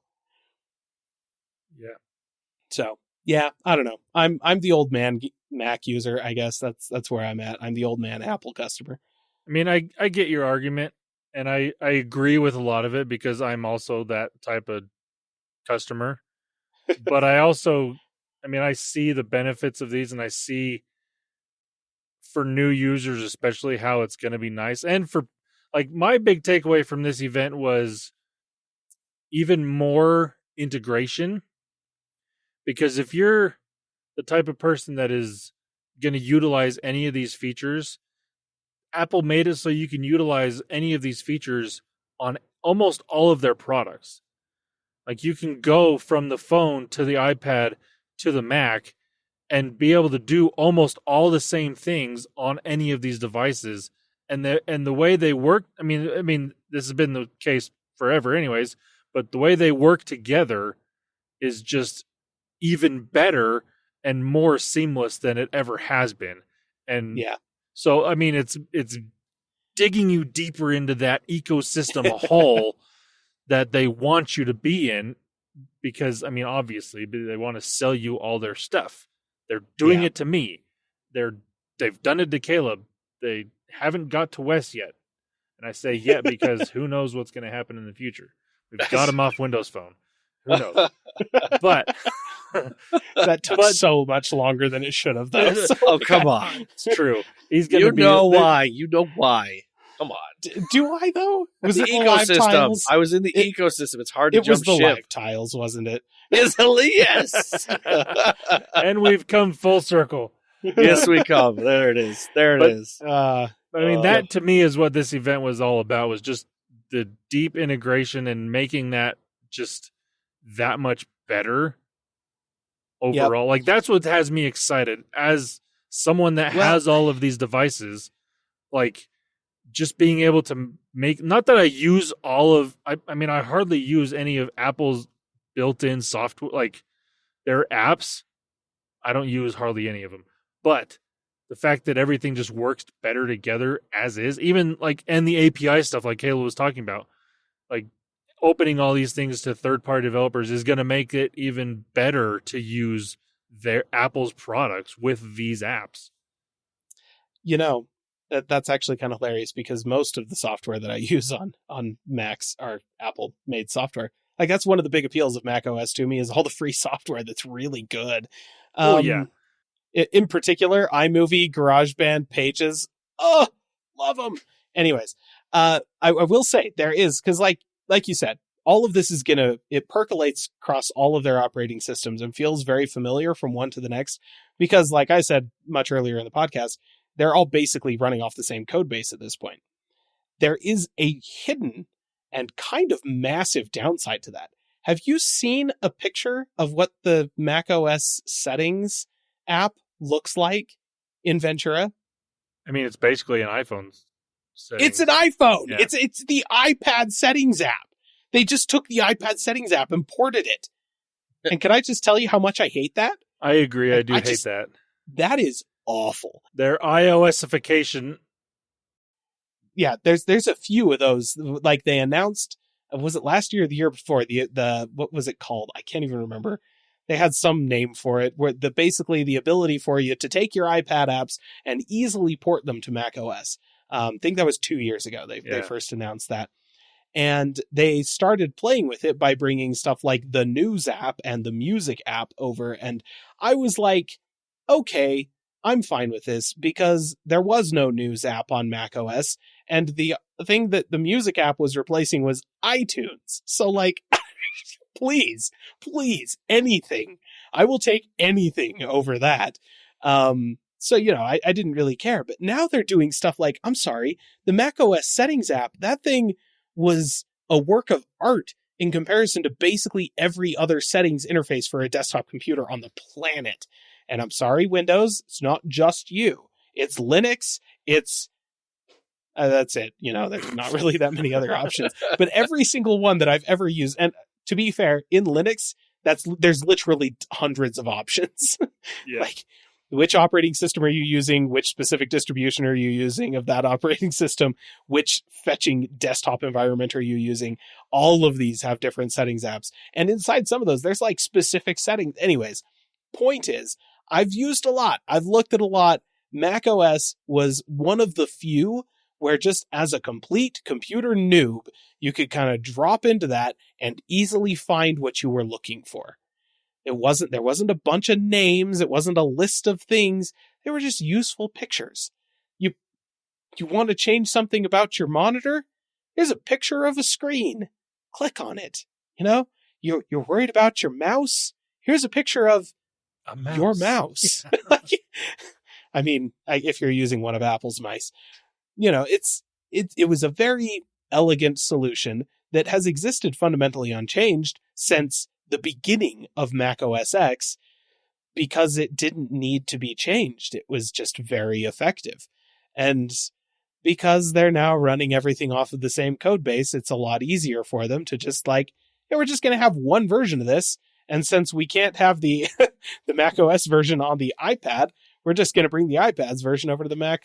And, there is a lot of stuff like that is happening. And it's that sort of thing that makes me feel like, Apple, you seem a touch directionless. Like, is the plan to fully integrate your entire product line? Because if so, then all of this makes sense. Are we going to have touchscreen Macs at some point? And is that why you're bringing all of the iPad apps over to Mac? Like, is that the future?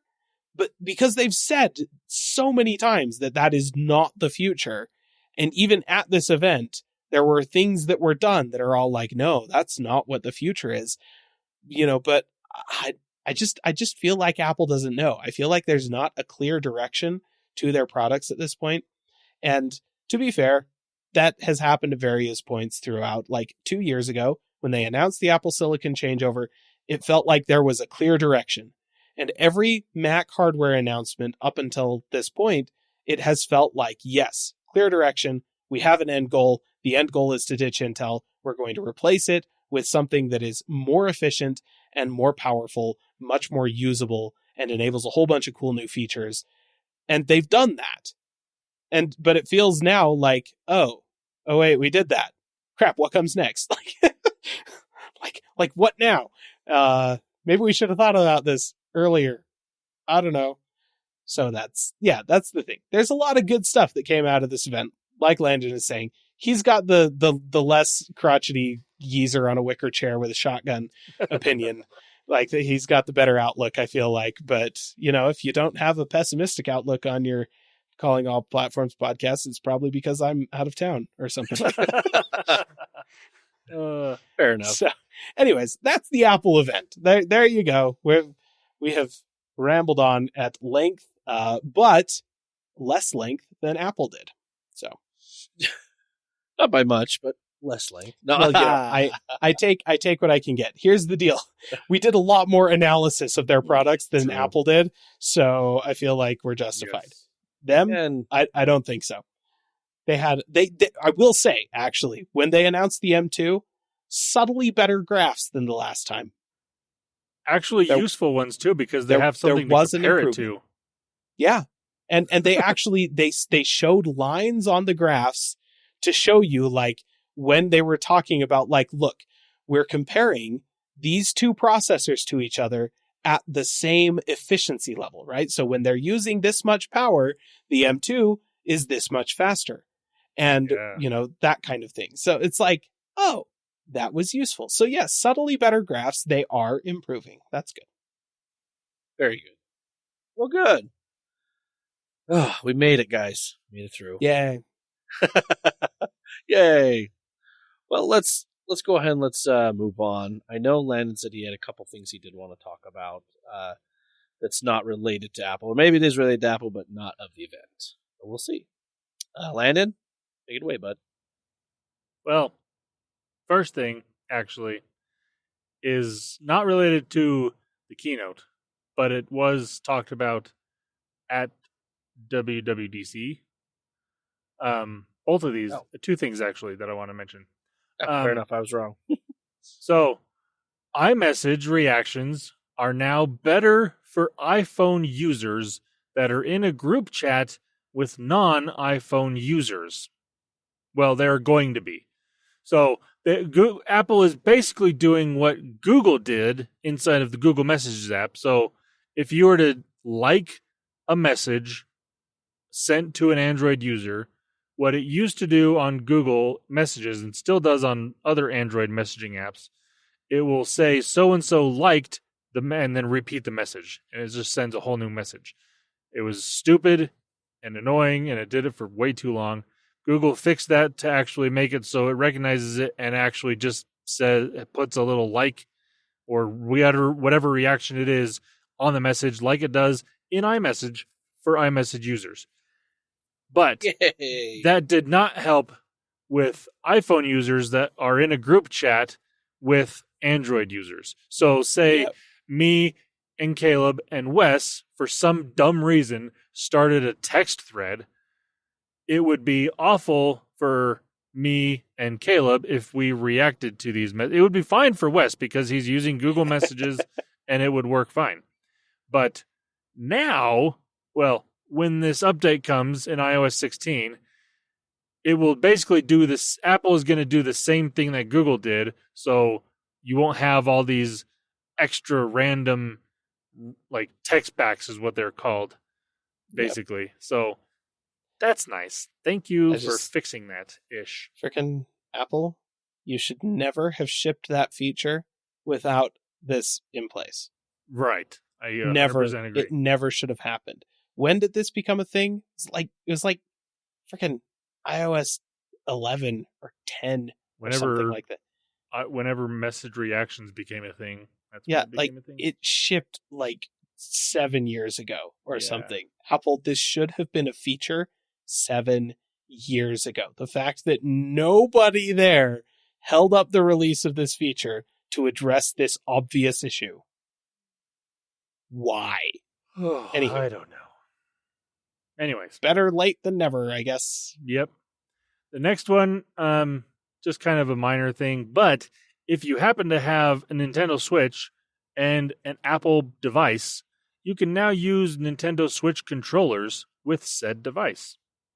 iPhone, iPad, Mac, Apple TV, it'll work.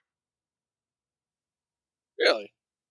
Maybe not right now, but it might be with iOS 16 or whatever. But I did read that today that Switch controllers will work with Apple products in the future, if not already. Now, and someone's holding a Nintendo Switch right now. I just reached over and grabbed my Joy-Cons because I was like, "Ooh, maybe I should try this right now." But then I held the Joy-Cons and I thought to myself, "No, I have so many more much more comfortable controllers that I would rather use." Like I have the original like frickin' tiny SteelSeries Stratus controller, like the pocket-sized one. This thing was it's one of the earliest made for iPhone controllers out there. I'd rather use this over a pair of Joy-Cons. So probably feels there better. You go. It holds in the hand a little bit better, and it's actually why I bought the better. Nintendo Switch's Pro controller. Yeah, that's why I bought that. Yep, it's understandable. All right, that is all of the Apple stuff that I wanted to talk about. Now on to some Android news. I do have two things. So, The Android 13 Beta 3 is now available for Pixel users and whatever other phones that Google allowed it to be on, which is like 10 or so different phones that you probably haven't heard of. But they're there. It is there. And this is basically platform stability at this point. This is the final APIs are now there. So it's almost done, ready to go. It's just a matter of waiting until like August, I think, is usually when the final product is announced. So if you don't already, if you're not on the beta program and have been waiting for something slightly more stable, this is going to be your best option if you want to get Android 13 early, or you can just wait and not get it, I guess. I don't know. The other thing is, for those of you that are not on Android 13, the June security update is available, and there's also a Pixel feature drop for Pixel devices. This has come with a few new little features, as it says in the name. There's one, they call it the Pocket Operator app. Now, I haven't really seen anything that really showcases this, but it's been talked a lot about for some weird reason. But it's made in collaboration with a group called Teenage Engineering. Basically, what this is it looks kind of like a soundboard type app, but what they claim is it says it turns everyday sounds into music. Again, I haven't really seen a lot of stuff showing how it works, but a lot of people are talking about it in their articles and in podcasts and whatnot. But again, they haven't really showcased it much, so I don't know much more than that. But a lot of people seem to be excited about it. I don't know why, but it's there. Another option or another thing that is coming with this feature drop, I think later than it should have, and almost to the point where it's like, we don't really need it anymore. But you can have a shortcut on the home screen to quickly access your vaccine card if you need to show that anywhere. Like I said, it's kind of not fully past the point of needing to do that anymore, but almost past the point of needing to do that anymore, because most places aren't making you show vaccine cards anymore, even in like more strict areas of the country. But that is an option now. The at a glance widget is becoming more useful in one feature, I guess. If you have a Nest doorbell and somebody is at your door, it will now show a video feed in the little widget. This is on your lock screen, so you don't have to like get the notification, tap on the notification, then open the app, and then go to the doorbell and all this crap. It's just right there on the lock screen. A small little video window pops up, and if you want, you can tap on it and just expands it basically from there. And so you can more easily see who is at your door right from the lock screen, which is kind of handy. That's cool. That is for if you have a Nest doorbell. This is not currently a thing for other companies' doorbells. So I can't utilize this because I've got a Wise doorbell. But I don't care. It's not that big of a deal to me, but it is nice. Another one that I have to mention this because I see this happen far more often than I ever should. But if you happen to accidentally turn the flashlight on your phone or forget to turn it off, it will now remind you, hey, your flashlight is on. You might want to turn that off. This should have been a thing on both platforms a long time ago. Ever since you've been able to use the flash as a flashlight, this should have been there. Because I so many times see people with their phone either like in their shirt pocket or their pants pocket or something, and you just see a small bright dot coming out of their pants pocket or something because their flashlight is still on, whether by accident or they just forgot to turn it off. And so having a reminder to say, hey, you might want to turn this off or your battery's going to die much faster than you thought it should. That's nice. So, and this Pixel feature drop is available for the Pixel 4 series of phones and newer.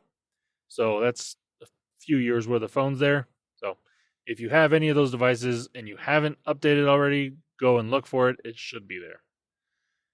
That is all of my news for this week. Very nice. Very good. Well, dear listener, there's not too much going on Microsoft's non-gaming side of things. There is a lot on the gaming side, and we're actually going to combine that with all gaming news that's going on the past, 2 weeks that's going to happen all through this month. So next week, we're going to have a pretty big discussion on gaming. That's probably where Landen will probably, play on his little phone or tinker around. And yeah, whereas this episode, Wes was taking a nap. Next week, I'll be taking a nap. Yeah. Oh, no, it's exciting, but, I mean... What can we talk about where I get to take a nap? Like... See, you're the best of both worlds. That's the thing. Let's be real. Is it the best of both worlds? I'm losing my voice. I mean, I don't know what Landon and I could talk about. We could talk about, I don't know, something. Sports or something. I don't know. Something.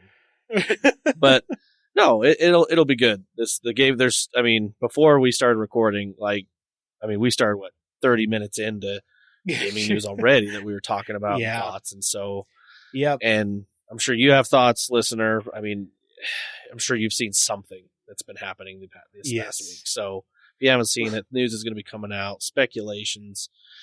Microsoft had their first event and decided that they're going to do another one in 2 more days later. And so that's going to be full of news, and I'm sure gameplay and all sorts of stuff.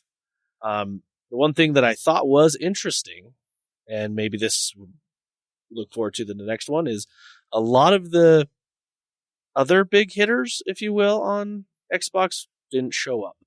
Big hitters, I would say, that did show up, obviously Starfield. That, if you want to see some gameplay, that was cool. I'll give you kind of more of my reaction to it probably later. I want Caleb to watch it. I don't know if you had or not, but I have not. You're going to need to send me a list. This past week has just been Apple crap. So yeah, I understand. I mean, you might need to take a break and a nap and then really get into this. But I'm sure if you opened up your gaming news, you just lists. At this point, I'm too far behind. It's just skip to the top.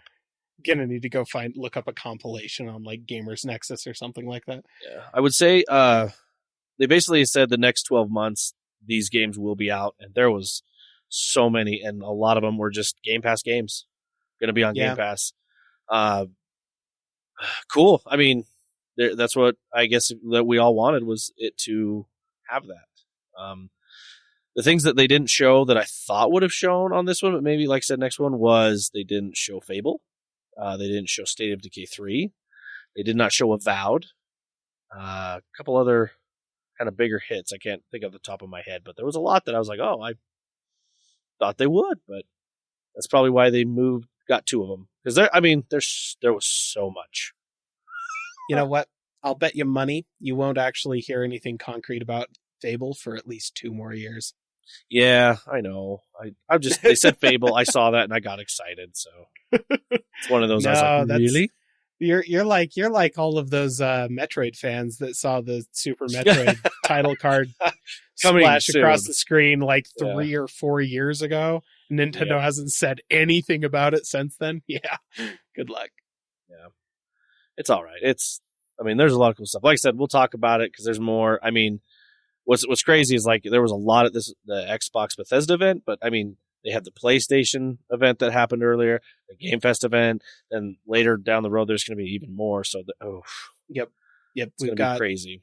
Square's having they've got one scheduled. Microsoft has their second one scheduled. Does EA have one scheduled? You know what was interesting? EA usually does theirs in between or with someone. There wasn't very many EA game or at all at this event. So EA does normally have their own thing where they just, I don't know, it's usually pretty lame. They just talk about Sims expansions and they're too preoccupied with trying to get someone to buy them. Yeah, I saw that. Fair. Yeah. Although, they did come out with, Dragon Age the name for the next one, and that's about it. Oh, Yeah. Dragon Age game. Is it going to be a live service game, EA? Going to be a don't live do it. service one? Don't Because do we know it. how good at those BioWare is, don't we? Anthem. I heard that pop up again. A lot of people were like, "Can they just fix that and not make another thing?" Gosh.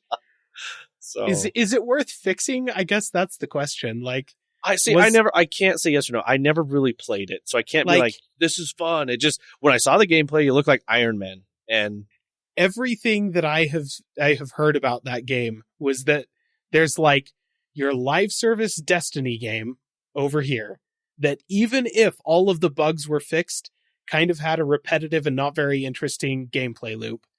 And then you had like what wanted to be a BioWare RPG over here. And never shall the twain meet. like basically you're like this sole character on the story side that is like responsible for saving the world. And then every time you go on a mission, you get dumped into the mission with 3 other people that are just like you. yeah, It's like, wait, I thought I was the only one. What the heck is going, like, they're completely disconnected. And I feel like you don't fix that. Like that game from the ground up was broken and EA pushed them to finish it anyways. I don't know. Yeah. We'll see. I can't remember off the top of my head who else. I didn't see a Nintendo Direct or anything like that yet, but yeah, they usually have a Treehouse event this time of year, but I don't know. they did have a couple Nintendo announcements through the game's summer thing, but we'll get into that. But well, yeah, because that kind of replaced the PC gaming show, did it not? Where it's sponsored by that one magazine.